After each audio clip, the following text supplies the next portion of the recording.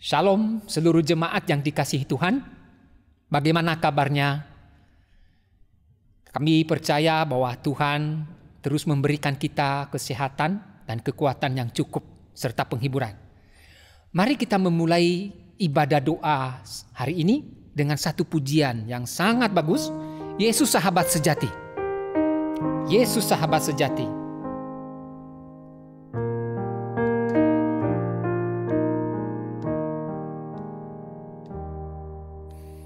Yesus sahabat sejati yang memberikan sentosa, tiap hal boleh ku bawa dalam doa padanya. Bila hatiku gelisah, bila hatiku gelisah, aku salah dan lemah, karena lalai serahkan hidup dalam doa padanya. Bait kedua. Jika oleh pencobaan kacau balau hidupmu, jangan lagi putus asa. Yesus nada tu seru. Yesus kawan yang setia. Yesus kawan yang setia, tidak ada taranya. Ia tahu kelemahanmu, naikkan doa padanya. Bait ketiga. Adakah hatimu susah, berbeban serta lelah? Yesuslah pelindung kita, naikkan doa padanya. Walau handai tak setia, walau handai tak setia, Yesus kawan yang bakar. Ia mau menghibur kita, naikkan doa padanya.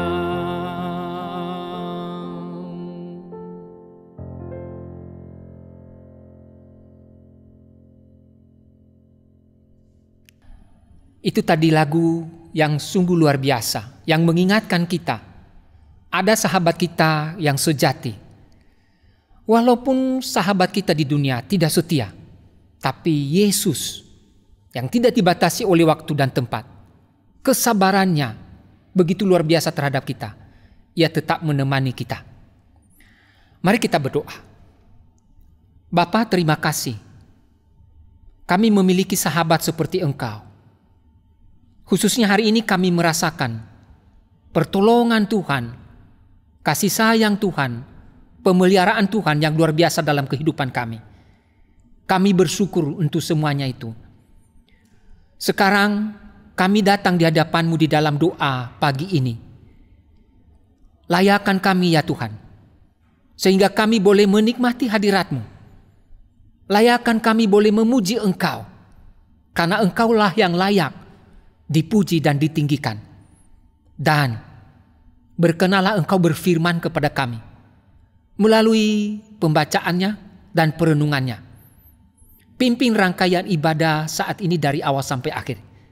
Dalam nama Yesus kami berdoa. Amin. Mari kita mendasari firman doa pada saat ini dengan satu bagian firman Tuhan yang kita ambil dari kitab Daniel pasal 2 ayat 24 sampai 30. Kitab Daniel pasal 2 ayat 24 sampai 30. Saya bacakan buat kita demikian. Sebab itu pergilah Daniel kepada Arioch yang telah ditugaskan raja untuk melenyapkan orang-orang bijaksana di Babel. Maka pergilah ia serta berkata kepadanya demikian. Orang-orang bijaksana di Babel itu jangan kau lenyapkan. Bawalah aku menghadap raja, maka aku akan memberitahukan kepada raja makna itu. Arioch segera membawa Daniel menghadap raja, serta berkata kepada raja demikian. Aku telah mendapat seorang dari antara orang-orang buangan dari Yehuda yang dapat memberitahukan makna itu kepada raja.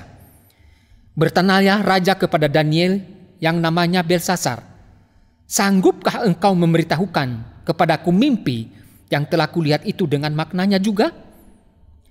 Daniel menjawab, katanya kepada raja, rahasia yang ditanyakan tuanku raja tidaklah dapat diberitahukan kepada raja oleh orang bijaksana, ahli jampi, orang berilmu atau ahli nujum.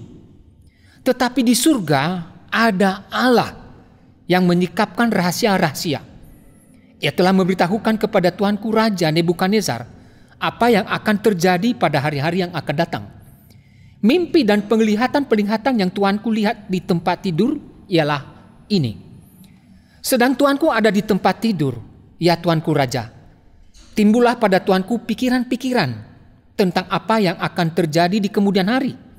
Dan dia yang menyingkapkan rahasia-rahasia telah memberitahukan kepada tuanku apa yang akan terjadi. Adapun kepadaku telah disingkapkan rahasia itu, bukan karena hikmat yang mungkin ada padaku melebihi hikmat semua orang yang hidup, tetapi supaya maknanya diberitahukan kepada tuanku Raja dan supaya tuanku mengenal pikiran-pikiran tuanku. Nah Bapak Ibu, tema kita hari ini adalah berani, ya, berani karena benar, dalam kurung kebenaran. Nah, ini satu kata-kata mutiara gitu ya, berani karena benar. Nah, pada tahun 1478, Lorenzo de Medici, penguasa kota Firenze, sebuah kota di Italia, berhasil lolos dari serangan yang ditujukan kepadanya oleh seseorang. Anak buah Lorenzo mencoba membalas serangan itu, sehingga timbullah perang. Ketika situasi memburuk, Raja Firenze pertama dari Napoli yang kejam pun semakin memusuhi dia. Lorenzo, namun satu tindakan Lorenzo yang gagah berani mengubah segalanya, yaitu ia mengunjungi sang raja seorang diri dan tanpa diperlengkapi satu senjata pun. Ia tidak membawa apa-apa. Keberanian inilah yang ditambah dengan karisma dan kecerdikannya membuat Ferrante, yaitu raja dari Napoli tadi, kagum, heran, sehingga dia berpikir kenapa dia berbuat demikian. Sehingga perang di antara mereka berakhir. Karena ada kesempatan mereka berbicara dan Lorenzo berkesempatan menyampaikan bahwa dia tidak bermaksud jahat. Begitulah peperangan dan permusuhan berakhir di antara mereka. Bapak Ibu, keberanian, tapi ditambah dengan hikmat, karisma dari Lorenzo. Nah, di dalam bagian firman Tuhan tadi, kita melihat satu tokoh yang memiliki keberanian, tetapi berbeda sebenarnya yang mendasari keberanian itu, yaitu keberanian Daniel. Kalau tadi Lorenzo memiliki keberanian karena ada karisma, ada kecerdikan. Daniel beda. Orang Kristen juga memiliki keberanian, berbeda. Khususnya di dalam tema yang kita bahas tadi, yang pertama kita periksa adalah kenapa kita berani. Tentu kita berani karena benar. Nah, ini yang penting. Jelas kelihatan dari Daniel tadi. Tindakan yang dia lakukan yaitu tetap bergantung kepada Tuhan. Tetap hanya menyembah kepada Tuhan.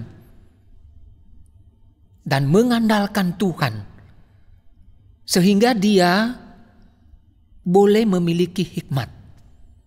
Dan dia yakin Tuhan menyertai dia. Sehingga dia memiliki keberanian untuk menghadap raja. Nah, ini keberanian yang benar. Percaya, yakin. Keberanian itulah yang mendorong dia menghadap raja yang telah merencanakan membunuh orang-orang bijaksana. Nah, ada orang yang berani tapi salah kaprah. Umpamanya kita melihat di TV-TV, geng motor. Mereka berani, tapi berani karena banyak menyerang daerah-daerah tertentu. Tadi pagi saya mendengar berita di Jakarta. Satu geng motor menyerang satu daerah, kemudian kacau. Mereka berani karena mereka banyak dan diperlengkapi dengan senjata parang golok yang panjang. Saya percaya kalau umpamanya mereka menyerang seorang diri, tidak punya keberanian. Mungkin mereka lari dihadang oleh seorang aja. Nah, ini keberanian yang salah kaprah, yang didasari atas dasar jelas ini kejahatan. Kita orang percaya Tuhan tidak mau kita memiliki keberanian yang demikian. Tuhan mau kita memiliki keberanian karena benar. Nah, ini Bapak Ibu. Ini yang pertama. Kita berani karena benar. Artinya ketika kita berani bertindak setelah kita berpikir. Kita berani maju, kita berani bertahan, kita harus mengoreksi. Apa sih yang kita perjuangkan? Apa sih yang kita pertahankan? Apakah sesuatu kebenaran? Tindakan kita adalah benar atau tidak? Kalau kita itu melihat suatu hal yang benar, maka kita beranilah bertahan, tegak berdiri di tengah-tengah kebenaran. Itu karena itulah yang Tuhan mau. Nah, Bapak Ibu, ada orang yang berani. Nah, ini keberanian yang salah kaprah. Karena pengalaman. Makanya kita kadang mendengar ketika seseorang mau bertindak, sudah biasa. Itu sebenarnya salah. Memang pengalaman itu memberikan kita kemampuan untuk dapat menghadapi sesuatu. Tapi tidak selamanya. Kadang-kadang masalah berbeda satu dengan yang lain. Situasinya berbeda satu dengan yang lain. Dan kita tahu iblis itu licik. Pintar dia mengoceh kita. Makanya di situ kita hati-hati. Pengalaman tidak bisa kita andalkan di dalam kita berani menghadap segala sesuatu. Menyelesaikan sesuatu. Bertahan di tengah berbagai kesulitan dan pencobaan yang kita hadapi. Jangan. Ya. Nah, Bapak Ibu, berikutnya juga ada orang yang berani. Misalnya karena badannya berotot, tegap, kuat. Ya. Nah, sering kita melihat itu kan dalam pengalaman hidup. Kalau badannya udah gede, tinggi besar, seolah-olah dia memiliki kepercayaan diri menghadapi orang lain atau musuh yang mungkin lawannya kurus kering, pendek. Nah, sehingga dia berani melawan, berani memukul, berani mendorong. Dan memang kenyataannya sepertinya orang yang kecilmu, kurus kering itu bisa kalah. Tetapi pernah saya lihat di kampung saya dulu. Seorang yang bertinggi besar berkelahi dengan seorang yang pendek kecil, sudah tua lagi, sepertinya rapuh. Tetapi ternyata ketika mereka berkelahi, orang tua yang rapuh ini, pendek kurus ini, seperti tidak berkelahi, hanya menghindar saja, kemudian melintir dan memukul kecil orang yang tinggi besar ini, tapi dia punya ilmu. Nah, dia punya ilmu. Sehingga sekali pukul kecil, orang besar ini sudah tergeletak dan tidak bisa melawan lagi. Tidak bisa bangun. Nah, jadi ketika kita berani, karena memiliki badan yang besar, berotot kuat, bisa mengoceh kita. Seperti pengalaman tadi. Begitu juga kadang orang berani karena kepintaran, kemampuan. Nah, memang Tuhan memberikan kemampuan kepada kita. Seperti Daniel, dia memiliki hikmat. Kalau boleh dikatakan juga seperti kepintaran. Tetapi tidak selalu itu yang menjadi andalan kita. Karena segala sesuatu yang ada di dalam dunia ini fana adanya, terbatas adanya. Ada suatu saat sepertinya tidak dibutuhkan dan tidak berguna. Salomo misalnya dalam Alkitab, dia begitu berhikmat kepada Tuhan. Tuhan memang memberikan dia hikmat, tetapi ketika dia meninggalkan Tuhan, hikmat itu tidak ada padanya. Tadi dalam kitab Pengkhotbah dia berkata segala sesuatu sia-sia. Padahal di dalam kehidupannya begitu luar biasa, kaya, penuh hikmat, banyak istri, kemakmuran luar biasa. Tapi dia katakan semua sia-sia, seolah-olah hampa. Kenapa? Hikmat tidak bisa selalu diandalkan. Nah itu Bapak Ibu. Jadi ini yang perlu kita renungkan di dalam kehidupan kita sebagai orang percaya. Kenapa kita berani? Pertama tadi karena benar. Apa yang kita perjuangkan, apa yang kita pertahankan, tindakan kita benar atau tidak, ini penting sekali. Daniel bertindak benar untuk menyatakan apa yang Tuhan katakan dan berani menghadap raja walaupun sudah berencana membunuh mereka, orang-orang bijaksana di Babel. Yang berikutnya, jangan kita mengandalkan sesuatu yang ada di dalam dunia ini. Pengalaman, kepintaran, hikmat, kondisi fisik kita. Karena tidak selalu itu berguna. Jadi apa yang mendasari kita berani? Sesuai dengan tema kita hari ini. Berani dalam kurung tadi kebenaran. Kebenaran. Siapa kebenaran itu? Tuhan. Tuhan. Tuhanlah yang memberi kita badan tegap kuat. Bahkan ketika kondisi kita kecil seperti Daud. Kalau Goliat mengandalkan tubuh yang kuat, besar. Tapi Daud mengandalkan Tuhan. Kalau kita membaca di dalam kitab Raja-Raja ketika dia menghadap Goliat, dia mengungkapkan satu hal.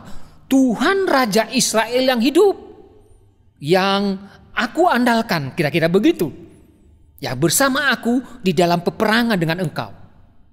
Sehingga nanti kalau kita melihat, karena dia mengandalkan Tuhan, sang kebenaran itu. Daud mengalami kebenaran, hanya mengalami kemenangan, hanya dengan pakai alih-alih batu. Batunya kecil, mungkin lebih besar dari kelereng. Tapi Tuhan pakai itu. Tuhan pakai Daud, sehingga Goliat kalah. Tuhan mau menyatakan, siapa yang mengandalkan dunia, materi yang ada di dalamnya, fana adanya, tidak berkuasa. Tetapi yang mengandalkan Tuhan, maka Tuhan memberikan kekuatan. Nah inilah yang membuat kita berani. Inilah yang membuat Daniel berani. Ada Tuhan bersama dia yang memberikan hikmat kepadanya. Nah Bapak Ibu sering pengkhotbah salah kaprah. Mungkin saya pernah dengar guru sekolah minggu saya dulu. Daniel hebat, Daniel kuat. Daniel berani, ya betul, boleh menjadi contoh bagi kita. Tetapi dasar keberaniannya adalah Tuhan. Seperti tadi dia ungkapkan kepada Raja Nebukadnezar. Tidak ada manusia, orang pintar di dunia ini, termasuk dia yang diberikan hikmat. Jadi Daniel mengembalikan kemuliaan bagi nama Tuhan, bukan kepada dirinya. Daniel mengingatkan kita bahwa Tuhanlah yang ditinggikan. Tuhanlah yang dipuji, yang disembah di dalam segala sesuatu yang terjadi. Tuhanlah yang membuat mukjizat karena kuasanya yang berdaulat. Nah Bapak Ibu, itulah orang-orang yang dipakai Tuhan ketika mereka menyadari siapa mereka di hadapan Tuhan. Sehingga mereka berani dan mereka mengembalikan kemuliaan dan pujian hanya kepada Tuhan. Itulah yang dikatakan Daniel kepada Nebukadnezar. Bukan orang hikmat. Kalaupun Tuhan memberikan kepadanya hikmat. Karena Tuhan punya tujuan. Menyatakan apa yang Tuhan lakukan ke depan. Di dalam kerajaan Nebukadnezar. Orang-orang seperti inilah. Yang dipakai sebagai alat. Yang tidak mencuri kemuliaan bagi nama Tuhan. Tetapi mengembalikan kemuliaan dan pujian kepada Tuhan. Seperti Daniel.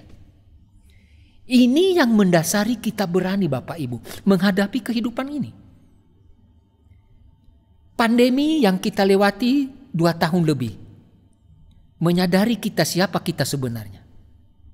Hanya virus yang kecil yang tidak bisa dilihat dengan mata telanjang. Hanya melalui mikroskop baru kita lihat. Kecil. Tapi betapa rentannya manusia. Di seluruh dunia sekian orang mati dengan sia-sia kan? Hanya karena virus ini. Bukan dengan manusia yang tegap seperti Goliat. Tidak. Bukan dengan senjata yang begitu canggih dan lengkap. Tidak. Tapi hanya virus yang kecil. Yang menyerang manusia. Yang mati jutaan orang di seluruh dunia. Di Indonesia juga begitu banyak. Ini mengingatkan kita begitu manusia renta. Oleh sebab itu, kita hanya berani, kita hanya mengandalkan Tuhan yang berkenan memakai kita. Kalau kita tetap percaya dan mengandalkan Dia dan mengembalikan kemuliaan bagi namanya. Itulah yang dilakukan Daniel Bapak Ibu. Dan begitu luar biasa Tuhan memakai dia. Menyatakan rancangan-rancangan Tuhan di dalam apa yang Tuhan kerjakan di dalam kerajaan Daniel. Sehingga nanti kalau kita melihat Nebukadnezar seolah-olah menyembah raja, tetapi dia tidak percaya. Karena memang Tuhan tidak memilih dia untuk percaya kepadanya. Nah Bapak Ibu, bagaimana dengan kita orang percaya? Di dalam menghadapi dan berjalan bersama Tuhan ke depan. Tuhan mau kita merenungkan apa poin-poin yang khususnya hari ini kita renungkan. Yang pertama, mestinya kita memiliki keberanian. Kenapa? Hal yang paling mendasar. Karena kita memiliki iman dan dasar iman kita itu adalah Allah. Khususnya Yesus Kristus yang telah bangkit, mengalahkan maut, mengalahkan semuanya, dosa. Dan dia juga yang mengalahkan segala sesuatu yang musuh kita, yang menghadang kita, yang mau menjatuhkan kita, termasuk iblis.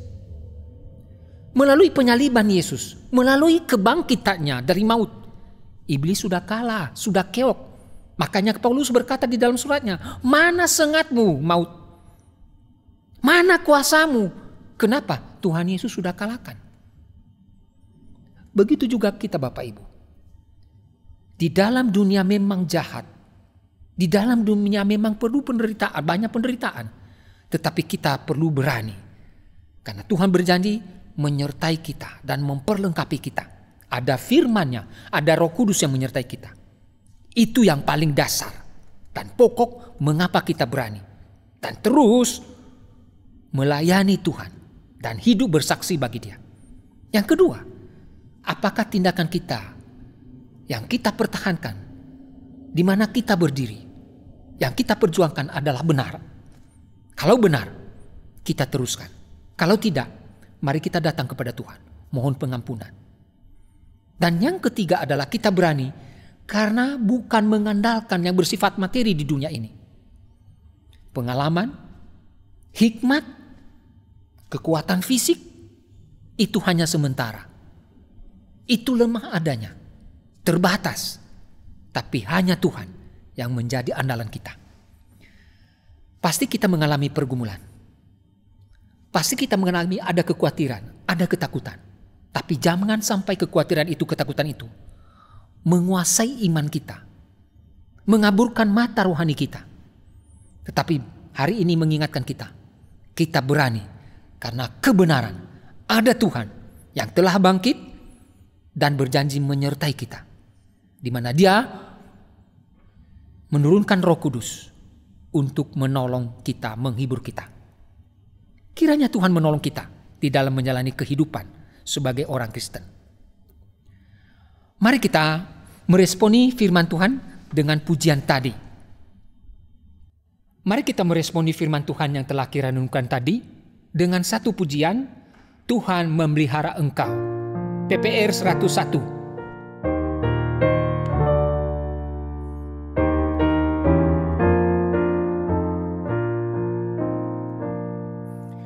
Janganlah takut kesusahan, Tuhan memelihara. Padanya ada perlindungan, Tuhan memelihara. Tetapkan hatimu, Tuhan tentu memelihara engkau sepanjang umurmu. Baik, kedua, dalam susah dan kecewa Tuhan memelihara. Bila ditimpa mara bahaya Tuhan memelihara. Tetapkan hatimu, tentu Tuhan memelihara. Memelihara engkau sepanjang umurmu. Bait ketiga, engkau nista Tuhan kaya.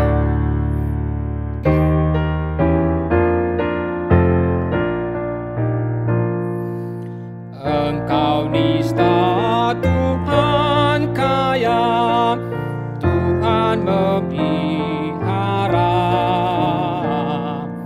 Dalam cobaan yang menjaga, Tuhan memelihara.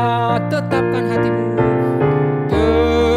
tetapkan hatimu, tentu Tuhan memelihara. Memelihara engkau sepanjang umurmu.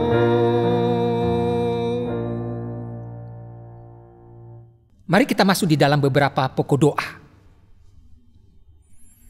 Bapa Surgawi, terima kasih firman-Mu hari ini. Mengingatkan kami apa yang Tuhan rindukan boleh terjadi di dalam kehidupan kami. Engkau tahu bahwa di dalam dunia ini banyak hal yang menakutkan kami. Banyak hal yang mengkhawatirkan kami. Tetapi Engkau mengingatkan kami harus berani. Seperti Daniel. Karena kami memiliki Tuhan yang berdaulat, yang memiliki kuasa. Tolong kami Tuhan. Mungkin saat ini kami dihantui oleh ketakutan, membuat kami tidak berani melangkah, mengambil keputusan. Tegakkan kami dan dorong kami ya Tuhan. Kalau sesuatu itu yang kami perjuangkan, yang kami pertahankan salah, dan biarlah kami berhenti mempertahankannya. Tapi kalau sesuatu itu benar adanya, Roh Kudus yang mendorong kami, memberikan kami keberanian. Bapa, ini kami, hamba-Mu berdoa bagi seluruh jemaat-Mu. Engkau yang menyertai mereka. Engkau yang menghibur mereka dan mendorong mereka melalui firman-Mu. Di tengah-tengah mereka sendiri. Di tengah-tengah mereka mulai lemah. Sehingga mereka kembali bangkit dan kuat untuk berjalan bersama dengan Engkau dan mengandalkan Engkau.